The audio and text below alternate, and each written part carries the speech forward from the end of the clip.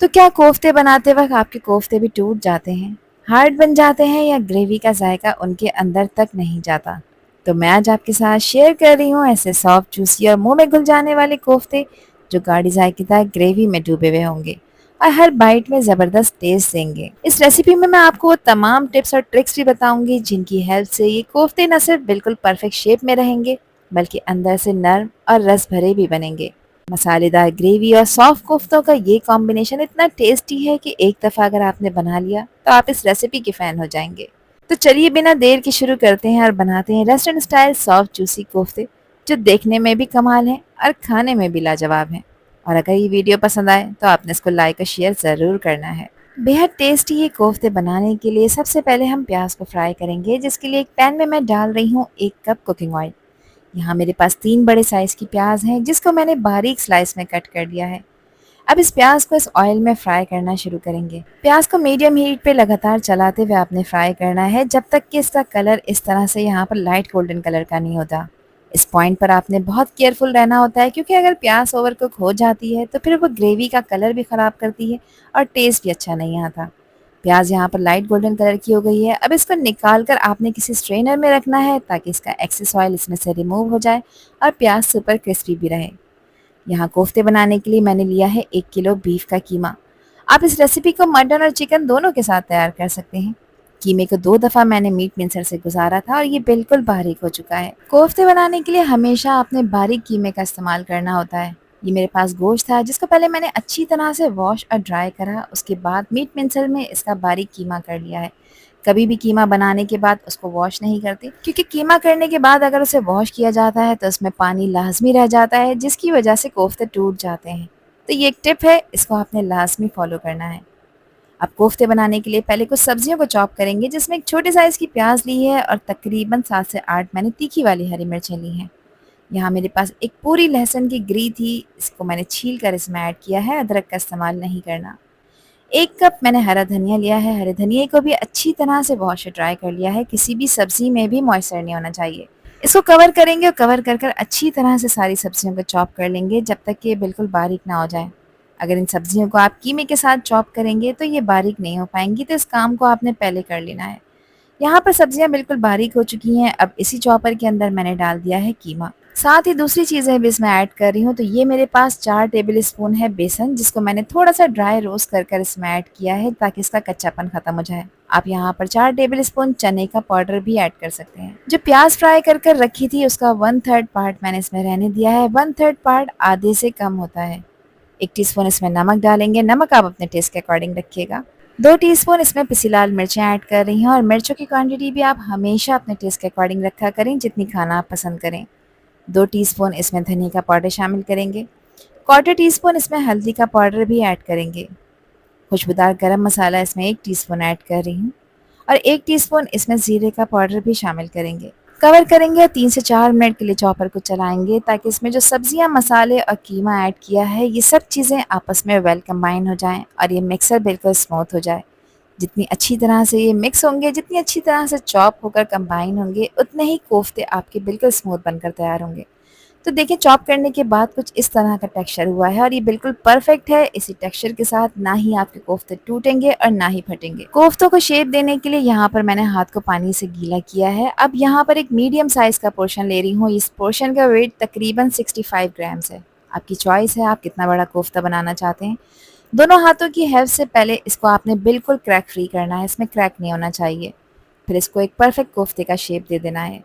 ध्यान रखें कि अगर कोफ्ते की बॉल में भी क्रैक हुआ तो उसकी वजह से भी कोफ्ते टूट सकते हैं या फट सकते हैं। इसी तरह से मैंने सारे कीमे के कोफ्ते बनाकर तैयार कर लिए थे। 1 किलो कीमे में आप इजीली 14 से 15 कोफ्ते बनाकर तैयार कर सकते हैं, जो कि अच्छे बड़े साइज़ के हैं। अब ग्रेवी तैयार करने के लिए एक ग्राइंडिंग जग में मैंने डाला है 400 ग्राम दही। दही ज़्यादा खट्टा नहीं होना चाहिए। जो प्याज फ्राई कर कर रखी थी थोड़ी सी कोफ्ते की बॉल्स में ऐड की है और बाकी ग्रेवी में ऐड करेंगे और अब ये सारी प्याज इसमें शामिल कर देंगे। इन दोनों चीज़ों को अच्छी तरह से ब्लेंड कर कर एक स्मूथ पेस्ट तैयार कर लेंगे और यही पेस्ट हमारे कोफ्ते की करी को एक रिच और क्रीमी टेक्सचर देगा।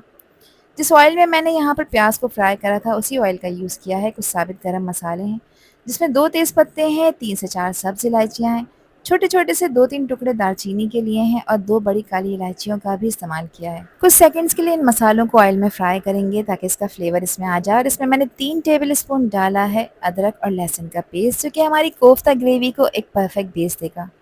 इस पेस्ट को भी ऑयल में आपने कुछ सेकंड्स के लिए फ्राई करना है ताकि इसका जो रॉ फ्लेवर है ये बिल्कुल ख़त्म हो जाए और एक प्यारी सी खुशबू आना शुरू हो जाए। यहाँ पर अदरक लहसुन को मैंने भून लिया है। अब इसमें कुछ मसाले ऐड कर रही हूँ। तो सबसे पहले मैं इसमें 2 टीस्पून डाल रही हूँ पिसी लाल मिर्चें। मिर्चों की क्वांटिटी आप अपने टेस्ट के हिसाब से रखिएगा। 2 टीस्पून ही मैंने इसमें धनिया का पाउडर शामिल किया है। क्वार्टर टीस्पून इसमें हल्दी का पाउडर ऐड करेंगे। 1 टीस्पून इसमें डालेंगे नमक। नमक आप अपने टेस्ट के अकॉर्डिंग रखिएगा। और 1 टीस्पून ही मैंने ज़ीरे का पाउडर भी शामिल किया है। अब इन मसालों की भी खूब अच्छी तरह से भुनाई करेंगे ताकि इनका भी कच्चापन ख़त्म हो जाए। ये मसाले यहाँ पर जले नहीं, तो इस पॉइंट पर मैंने इसमें आधा कप पानी ऐड किया है। और पानी ऐड कर तकरीबन 5 से 6 मिनट के लिए आपने इसकी भुनाई करनी है ताकि मसालों का कलर भी यहाँ पर थोड़ा सा डार्क हो जाए और ऑयल इसमें से सेपरेट नज़र आना शुरू हो जाए। यहाँ मसालों को मैंने तकरीबन 5 से 6 मिनट के लिए भून लिया है। आप देखें इसका कलर भी चेंज हो चुका है और ऑयल भी इसमें से सेपरेट नज़र आ रहा है। जितनी अच्छी तरह से मसालों को भूना जाता है, ग्रेवी उतनी ही ज़्यादा गहरी, रिच और बेइंतहा मज़ेदार बनकर तैयार होती है, जो कोफ्तों को ज़बरदस्त टेस्ट भी देती है।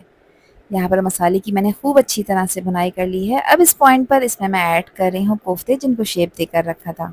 अब इस पॉइंट पर मैं बहुत केयरफुली कोफ्तों को इस खुशबूदार मसाले में ऐड कर रही हूँ। इस स्टेज पे कोफ्तों को ज़्यादा हिलाने के बजाय आराम से ग्रेवी में सेटल होने देना चाहिए ताकि उनकी शेप बिल्कुल परफेक्ट रहे। जैसे ही कोफ्ते मसाले के साथ पकना शुरू होते हैं, ग्रेवी का रिच जायका उनके अंदर तक एब्जॉर्ब होना शुरू हो जाता है।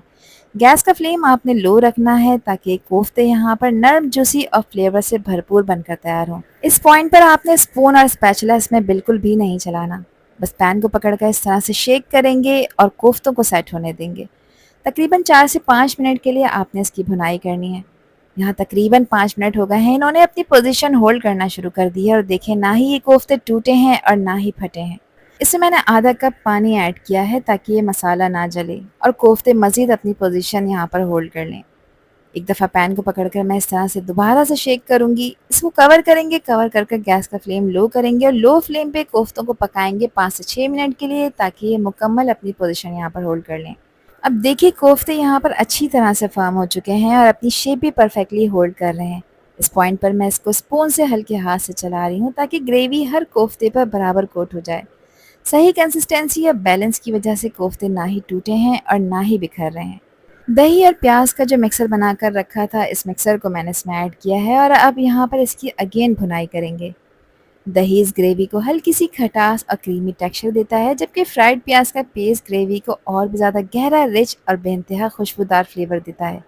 इन दोनों इंग्रेडिएंट्स के मिलने से ग्रेवी का रंग और कंसिस्टेंसी बहुत ही खूबसूरत हो जाते हैं। यहाँ इसकी मैंने तकरीबन 5 से 6 मिनट के लिए भुनाई कर ली है। अब दही का मिक्सर जिस ब्लेंडिंग जग में डाला था, उसी में मैंने 1 कप पानी डालकर इसमें ऐड किया है। अब कोफ्तों को गलाना है, तो मैंने यहाँ पर इसमें तकरीबन 1.5 गिलास पानी ऐड करा है। पानी आपने उतना ही ऐड करना है जितनी कंसिस्टेंसी आप ग्रेवी की रखना चाहते हैं। इसको कवर करेंगे। कवर कर गैस का फ्लेम लो करेंगे और लो फ्लेम पे कोफ्तों को पकाएंगे तकरीबन आधे घंटे के लिए। ये बीफ के कोफ्ते हैं, आधे घंटे में अच्छी तरह से सॉफ्ट और टेंडर हो जाएंगे। आधे घंटे के लिए मैंने इसको लो फ्लेम पे पकाया था और अब ये कोफ्ते परफेक्टली पक चुके हैं। देखिए कितनी खूबसूरती से अपनी शेप होल्ड किए हुए हैं और ग्रेवी भी इन पर अच्छी तरह से कोट हो चुकी है। कोफ्ते अंदर से सॉफ्ट और जूसी हैं, जबकि बाहर से बिल्कुल स्मूथ और टेंडर नज़र आ रहे हैं। इस स्टेज पे मैंने इसमें हाफ टी स्पून डाला है खुशबूदार गरम मसाला और बारीक कटा हुआ हरा धनिया। अच्छी तरह से इसको मिक्स कर लेंगे और लो फ्लेम पर पकने की वजह से ग्रेवी का सारा रिच मसालेदार जायका इनके अंदर तक आ चुका है। अब गाढ़ी जायकेदार मखमली ग्रेवी के साथ ये कोफ्ते सर्व करने के लिए बिल्कुल तैयार हैं। अगर आप भी ऐसे ही कोफ्ते बनाना चाहते हैं जो ना टूटे, ना सख्त और हर दफ़ा परफेक्ट बने, तो इस रेसिपी को आपने एक दफ़ा तो ज़रूर ट्राई करना है।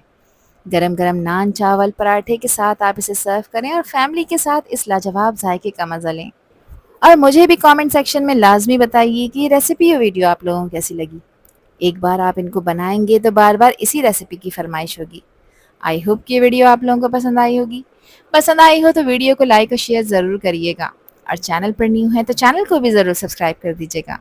अल्लाह हाफिज़। अल्लाह निगहबान।